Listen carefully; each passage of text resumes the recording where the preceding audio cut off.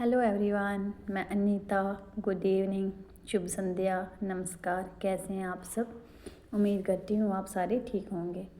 तो आज हम इस क्लास में जो एंड की नेट की परीक्षा हुई थी 2025 में, जून 2025 में, तो उन प्रश्नों का विस्तार से विश्लेषण करेंगे।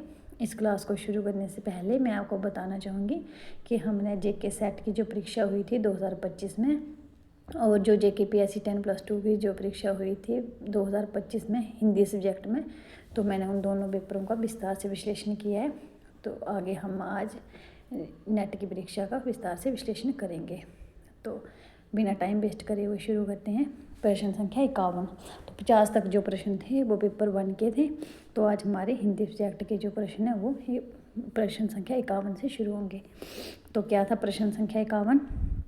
निम्नलिखित में से कौन कौन से शब्द स्त्रीलिंग है? तो यहाँ पर हमने स्त्रीलिंग शब्द बताने थे। विकल्प ए बिडंत, विकल्प बी धनिया, विकल्प सी रेणु, विकल्प डी बुजोवल, विकल्प ई रज्जू। तो इसमें जो हमारा विकल्प सही था वो विकल्प ए है। ए, सी और ई। ए क्या है? बिडंत, विकल्प सी रेणु और विकल्प ई रज्जू। ये हमारा सही उत्तर था, विकल्प ए। अब हम देखते हैं प्रश्न संख्या 52। भाषा की विशेषताओं के संबंध में निम्नलिखित में से कौन कौन से कथन जो है वो सत्य हैं? तो हमने भाषा की विशेषताएं बतानी थी यहाँ पर। तो यहाँ पर कौन कौन से? भाषा पैतृक संपदा है, विकल्प बी। भाषा परंपरा है, व्यक्ति उसका अर्जन कर सकता है, उसे उत्पन्न नहीं कर सकता। भाषा सूक्ष्मता से स्थूलता और प्रौढ़ता से अप्रौढ़ता की ओर जाती है। प्रत्येक भाषा की एक भौगोलिक सीमा होती है। प्रत्येक भाषा की व्याकरणिक संरचना समान होती है। तो इसमें हमने देखना था कि क्या क्या इसमें कौन सा उत्तर जो है वो सही है। तो इसमें भाषा जो है वो पैतृक संपदा है, ये बिल्कुल गलत है। भाषा जो है वो क्या है? भाषा एक सामाजिक संपत्ति है। तो इसमें कौन सा विकल्प जो है वो सही है? इसमें विकल्प सी सही है। इसमें कौन सा विकल्प सही है? विकल्प सी सही है। भाषा जो है वो क्या है? भाषा पैतृक संपदा है नहीं, भाषा एक क्या है? सामाजिक संपदा है। और विकल्प बी जो था, भाषा परंपरा है, व्यक्ति उसका अर्जन कर सकता है, उसे उत्पन्न नहीं कर सकता। तो ये क्या था इसमें? भाषा परंपरा, व्यक्ति उसका अर्जन कर सकता है। हाँ, ये ठीक है। भाषा क्या है? एक परंपरा है, व्यक्ति उसका अर्जन कर सकता है, उसे उत्पन्न नहीं कर सकता। अब विकल्प सी था, भाषा सूक्ष्मता से स्थूलता और प्रौढ़ता से अप्रौढ़ता की ओर जाती है। तो ये गलत है। ये इसमें क्या था? प्रत्येक भाषा की संरचना क्या होती है? भाषा जटिलता से सरलता तथा संयोगात्मा से वियोगात्मा की ओर उन्मुख होती है।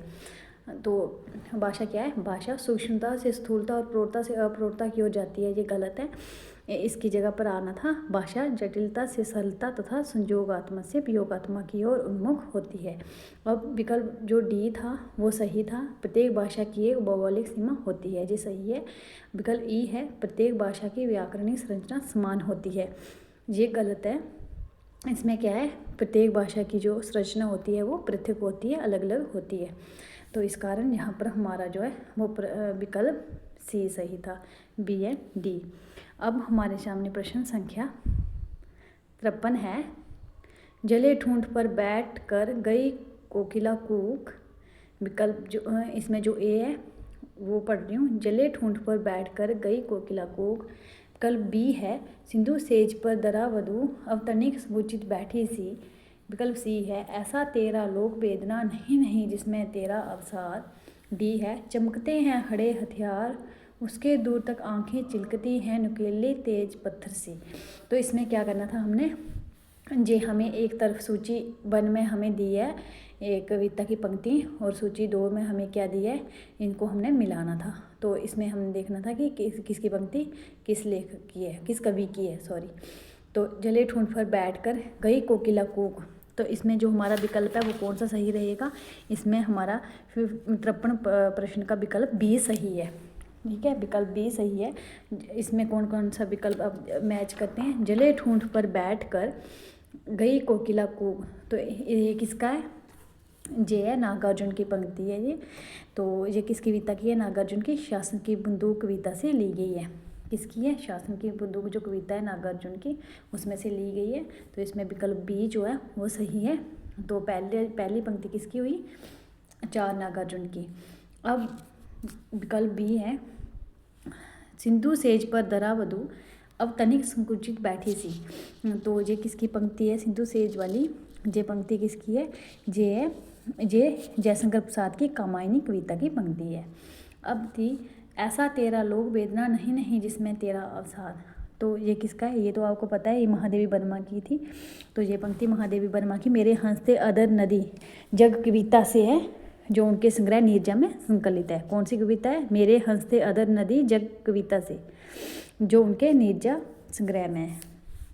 अब हमारे सामने है 4। चमकते हैं हरे हथियार, उसके दूर तक आंखें चिलकती हैं नुकीली तेज पत्थर सी। तो ये किसका है? विकल्प डी जो है ये किसका है? ये मुक्तिबोध की चांद का मुंह टेढ़ा जो कविता संग्रह है उसमें उसकी ये पंक्ति हैं, जो 1964 में प्रकाशित हुआ था। तो अब हम देखते हैं चांद का मुंह टेढ़ा जो था वो किसका कविता संग्रह था? मुक्तिबोध का था। ये पंक्तियाँ जो है वो उसी काव्य संग्रह से ली गई हैं जो 1964 में प्रकाशित हुआ था। अब हम देखते हैं प्रश्न संख्या 54। अंधेरी नगरी नाटक के अंकों के स्थान का सही क्रम क्या है? तो अंधेरी नगरी नाटक किसका है? पहले ये हमें पता होना चाहिए।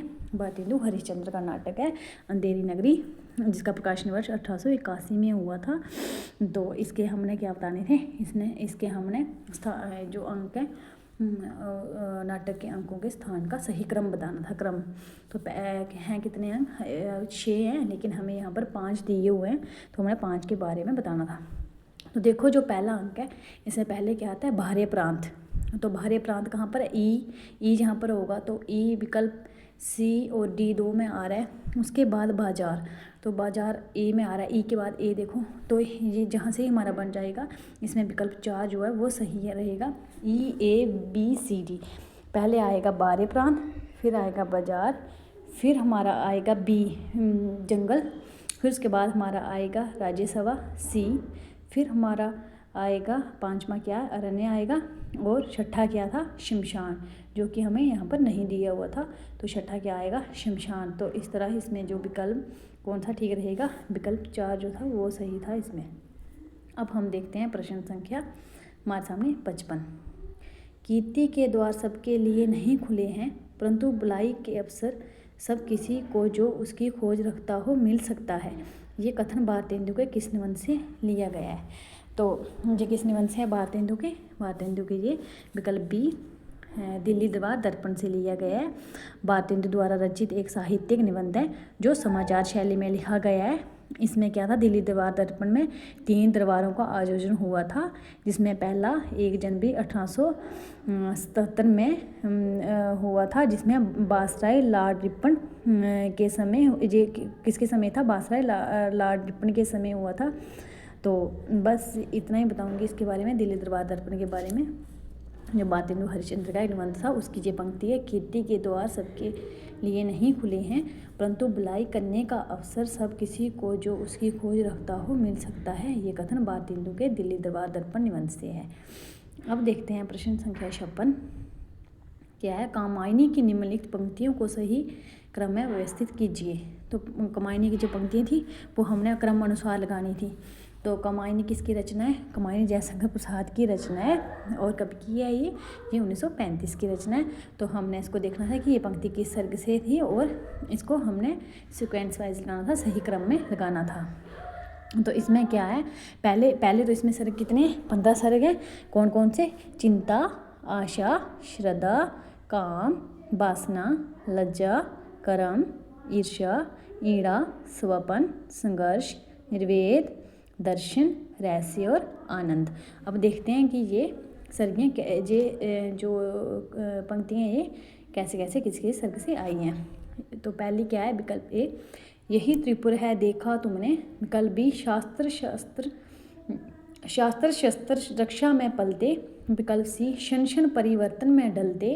विकल्प डी, ये विज्ञान वरे अनुशासन। और ई, स्वयं व्यस्त पर शांत बनने से। तो इसमें हमारा कौन सा विकल्प जो सही हो जाता है? इसमें हमारा विकल्प जो था वो सी सही है। तो देखते हैं इसमें कैसे सी बनेगा। जे सी बनेगा, पहले क्या है? कौन सी पंक्ति आ रही है? क्षण क्षण परिवर्तन में डलते। तो ये किसकी है? ये श्रद्धा क्षण क्षण परिवर्तन में डलते, ये किसकी पंक्ति है? ये श्रद्धा सर की पंक्ति है। जो पहली पंक्ति है, यही त्रिपुर है देखा तुमने, तो ये किसकी है? ये श्रद्धा सर की पंक्ति है, जहाँ पर श्रद्धा और मनु की बातचीत हो रही है। और शास्त्र शस्त्र रक्षा में पलते, तो ये किसकी है? ये भी श्रद्धा सर्ग से है। यहाँ पर श्रद्धा मनु को क्या कर रही है? उसको जो वो परेशानी में बैठे हैं उनसे बाहर निकालने का उनको क्या कर रही है? उनको समाधान बता रही है और जीवन को प्रेम और कर्म से अपनाने के लिए प्रेरित कर रही है। और तीसरा जो था, क्षण क्षण परिवर्तन में डलते, जो मैंने आपको बताया कि इसमें क्या था, इसमें क्षण क्षण परिवर्तन में डलते, इसमें कमायनी, ये भी कमायनी के श्रद्धा सर की पंक्ति है। और विकल्प डी जो है, ये विज्ञान बड़े अनुशासन, तो इसमें कमायनी के चिंता सर की पंक्ति है, ये कमायनी के चिंता सर की पंक्ति है। और विकल्प ई जो है, स्वयं व्यस्त पर शांत बनने से, ये किसकी है? कमायनी के श्रद्धा सर की पंक्ति है। इसमें मनुष्य को व्यस्त रहते हुए भी मानसिक शांति बनाए रखने की सलाह दी है जयशंकर प्रसाद ने। तो इसमें हमारा विकल्प जो है वो विकल्प सी सही हो जाता है। कौन सा विकल्प सही है इसमें हमारा विकल्प सी सही है। अब हम देखते हैं प्रश्न संख्या 57। क्या है प्रश्न संख्या 57? पीयू सो कहेऊ संदेशड़ा हे बोरा हे काग किस कवि की पंक्ति है? तो ये किस कवि की पंक्ति है? ये है विकल्प ए मीराबाई, विकल्प बी मलिक मोहम्मद जैसी, विकल्प सी तुलसीदास और विकल्प डी सूरदास। तो ये है विकल्प बी मलिक मोहम्मद जैसी की पंक्ति है। तो ये मलिक मोहम्मद जैसी की जो पद्मावत रचना है 1540 की, जो अवधी भाषा में रचित है, सूफी महाकाव्य है जो, उसकी पंक्ति है जी। इसमें क्या है? ये पद्मावती का जो 30वां खंड है, नागवती वियोग खंड, उसमें से ली गई है। इसमें दुखी नागवती भंवरे और कौवे से अपने प्रीतम के पास संदेश ले जाने को कहती है। तो नागमती कौन थी? जो राजा रतन सेन की पहली पत्नी थी। और बीरा बेदना का इसमें क्या किया है? वर्णन किया गया है। तो इस कारण इसमें हमारा जो है वो विकल्प भी सही हो जाता है। अब हम देखते हैं प्रश्न संख्या 58। क्या है प्रश्न संख्या 58? स्त्री आंदोलन से संबंधित निम्नलिखित में से कौन सा कथन सत्य है? तो स्त्री आंदोलन जो हुआ था उसके बारे में हमने बताना है कि इसमें कौन सा कथन जो है वो सत्य है। तो प्रश्न 58 का विकल्प ए क्या है? संयुक्त राज्य अमेरिका ने 1848 ईस्वी में ही नारी मताधिकार को वैधता प्रदान की। तो इसमें विकल्प बी क्या है? 1946 में नारी की दशा पर संयुक्त राष्ट्र संघ ने विश्व भर की महिलाओं के लिए समान राजनीतिक, आर्थिक और शैक्षिक अधिकार दिलाने के लिए एक आयोग का गठन किया। विकल्प सी क्या था? बेटी फ्राइडन कृत द फेमिनिन मिस्टिक अमेरिकी नारीवाद की महत्वपूर्ण पुस्तक है। विकल्प डी कैट मिलेट की पुस्तक द फीमेल यूनक स्त्री आंदोलन का लैंगिक पाठ है। विकल्प ई सुशासन वेस्नेट की पुस्तक सेक्सुअल पॉलिटिक्स ने स्त्री आंदोलन को अतिवादी रूप दिया। तो इसमें हमारा जो विकल्प है वो कौन सा सही रहता है? इसमें विकल्प डी जो है वो हमारा सही है। तो विकल्प डी में देखते हैं क्या क्या आ रहा है। विकल्प सी देखो, एक तो ये था ना जो पहला संयुक्त अमेरिका ने 1848 में ही नारी मताधिकार को वैधता प्रदान की थी, ये गलत है। विकल्प बी भी गलत है। इसमें विकल्प सी सही है। बेटी फ्राइडन कृत द फेमिनिन मिस्टिक अमेरिकी नारीवाद की महत्वपूर्ण पुस्तक है, ये सही है। और इसमें जो था विकल्प डी सही है। तो इसमें एक सी आएगा और एक बी आएगा, सॉरी इसमें बी आएगा, बी सही है, बी और सी सही है। बी में क्या है? 1946 में नारी की दशा पर संयुक्त राष्ट्र संघ ने विश्व भर की महिलाओं के लिए समान राजनीतिक, आर्थिक और शैक्षिक अधिकार दिलाने के लिए एक आयोग का गठन किया था, ये सही है। तो इसमें विकल्प बी, इसमें जो बी और सी और बी जो है वो सही है। तो इस कारण हमारा जो विकल्प डी है वो 4 वो सही रहता है। विकल्प सी और विकल्प बी जो है वो सही है। अब हम देखते हैं प्रश्न संख्या हमारे सामने क्या है, इसका मैं टिक लगा देती हूँ यहाँ पर। अब देखते हैं प्रश्न संख्या क्या है। प्रश्न संख्या 59, पृथ्वीराज रासो के संदर्भ में कौन सा तथ्य सही नहीं है? तो इसमें हमें क्या पूछा था कि इसमें सही नहीं है वो बताना था। तो पृथ्वीराज रासो क्या है? पृथ्वीराज 2500 पृष्ठों का एक बहुत बड़ा ग्रंथ है, तो ये सही है, ये नहीं आना था। विकल्प बी है मुख्य छंद कविता, शब्द, दोहा, तोमर, त्रोटक, गाहा और आर्य है, ये भी सही है, ये भी नहीं आना था हमारा उत्तर में क्योंकि हमें असम्मिलित पूछा था। विकल्प सी है इसमें 69 समय सर्ग या अध्याय हैं, तो ये भी सही है।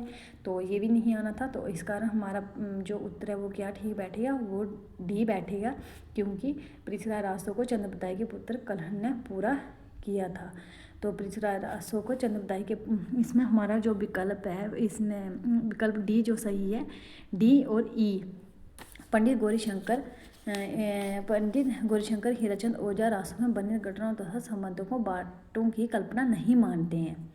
तो इसमें हमारा जो प्रश्न है वो डी सही है, क्योंकि हमें कौन सा तथ्य सही नहीं है पूछा था।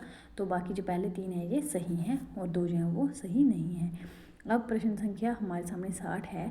साहित्य अकादमी पुरस्कार से सम्मानित निम्नलिखित कृतियों को पहले से बाद के क्रम में व्यवस्थित कीजिए। तो पहले से बाद के क्रम में हमें बताना था। तो पहले देखते हैं 2 पंक्तियों के बीच। 2 पंक्तियों के बीच ये किसकी रचना है? 2 पंक्तियों के बीच राजेश जोशी की कविता है। तो ये कब की है? इसको 2000 में साहित्य अकादमी पुरस्कार मिला था। पहली का हो गया। विकल्प बी देखते हैं, मुझे चांद चाहिए। तो मुझे चांद चाहिए किसकी रचना है? सुरेंद्र वर्मा की रचना है। ये उपन्यास है। तो इसको 1996 में साहित्य अकादमी पुरस्कार मिला था। अब विकल्प सी देखते हैं, आंगन के पार द्वार। तो आंगन के पार द्वार किसकी है?